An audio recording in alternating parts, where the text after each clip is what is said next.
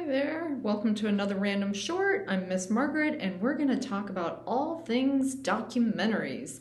These are feature film or mini series long. They're not your National Geographic or Nova type series. And without further ado, let's go. Before I begin, I want to say that if you have a suggestion for a good documentary not covered here, please share it in the comments so we can all benefit. Well, documentaries have come a long way since Robert Flaherty revolutionized filmmaking by spending a year, 100 years ago, staging and filming some local folks in northern Quebec in Nanoka, the North. While the situations were contrived and are racially dated, making it more of a cringeworthy docudrama, the technological feat filming in the cold is impressive given the era. Fast forward almost 40 years to 1964, and we have the Up series, which follows a cross section of 14 British 7-year-olds, starting with 7 Up, and reconnecting with them every 7 years. The sheer magnitude of this undertaking is its most significant attraction. The main director, Michael Apted, just passed away in early January, so we'll see if 70 Up still happens in 2026. Jump ahead another 10 years, and there's Grey Gardens from 1974. This is a rare, intimate glimpse into a quirky mother-adult-daughter relationship in their degrading East Hampton mansion. In 2009, a dramatized version was released starring Drew Barrymore and Jessica Lange. Jump ahead 14 years to The Thin Blue Line, a bit of a docudrama due to the reenactments, but a notable work in the consciousness-raising category that we'll explore as a unit later. A murder conviction was overturned after the release of this movie, and it laid the foundation for reenactment crime shows. Jump ahead another 6 years to 1994's Hoop Dreams, which followed a couple of Chicago kids with basketball aspirations. Years of filming went into this layered work. It's a great example of the young people's lives in a subculture category that we'll explore later. The next category, Crumb, was another view of a quirky person and his family, the cartoonist R. Crumb, and fits the biographical category that we'll get to later. Many really good documentaries, like most stories, have layers or multiple sub-stories. For example, in Hoop Dreams, you have a sport, 2 kids' lives, socioeconomic realities, and race. The 1996 Academy Award-winning When We Were Kings has boxing, Africa, Muhammad Ali, and to a lesser extent George Foreman, race, and an amazing soundtrack. I will try to point out the layers as I see them. So now I'm going to shift from chronological order to the categories mentioned earlier, but chronologically within the category. In the consciousness raising category, which is sometimes hard viewing, we have the 2002 Academy Award winning Bowling for Columbine by Michael Moore. I could do a whole random short on his movies, books, and TV shows going back to his 1989 Roger and Me about Flint and General Motors, but Bowling for Columbine about gun violence in the US is his only Oscar-winning movie. His style is highly opinionated angry humor with a definite social commentary point being made in an interesting way. You probably either love him or hate him. 2 years later, Morgan Spurlock did Supersize Me, where he ate McDonald's for every meal for 30 days straight. This is also entertaining, along with illuminating. Al Gore's 2006 Academy Award-winning An Inconvenient Truth was an early climate change alarm bell.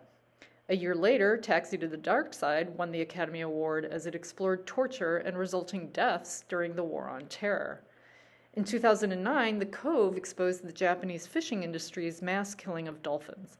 An interesting layer in this one is the team capturing the footage, and it almost feels like an Ocean's Heist movie, but with the dose of reality. The following year, the Academy Award went to Inside Job and its expose of the financial industry and the crisis of 2008. In 2013, Blackfish explored the death of a SeaWorld orca trainer and has the meta layer of orca captivity and a hyper-specific layer of Tilikum, a specific orca. Citizen4, the gripping story of whistleblower Edward Snowden and privacy concerns in U.S. surveillance programs, won the 2014 Academy Award. And while not yet available to us and unviewed by me, I will mention that American Factory won the Academy Award last year and would seem to fit this category.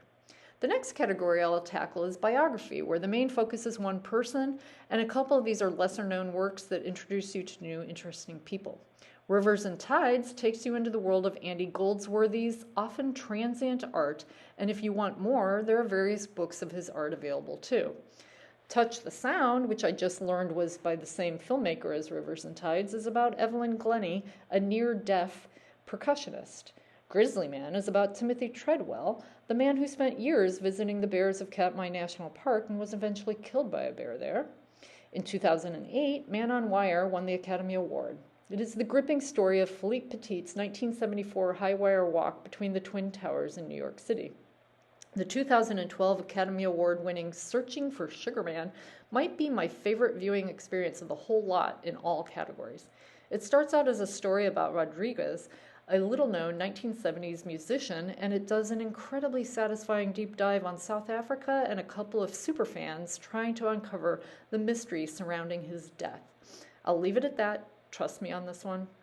Jiro, Dreams of Sushi, focuses on a Japanese sushi maker and his craft while touching on the industry as a whole. The next year, in 2013, 20 Feet from Stardom won the Oscar. While not a biography per se, I threw it in here since it features a few notable backup singers spotlighting those not in the spotlight. Finding Vivian Maier is about a Chicago street photographer, and the idiosyncratic filmmaker is definitely part of the story. There are also books of her photos available for checkout.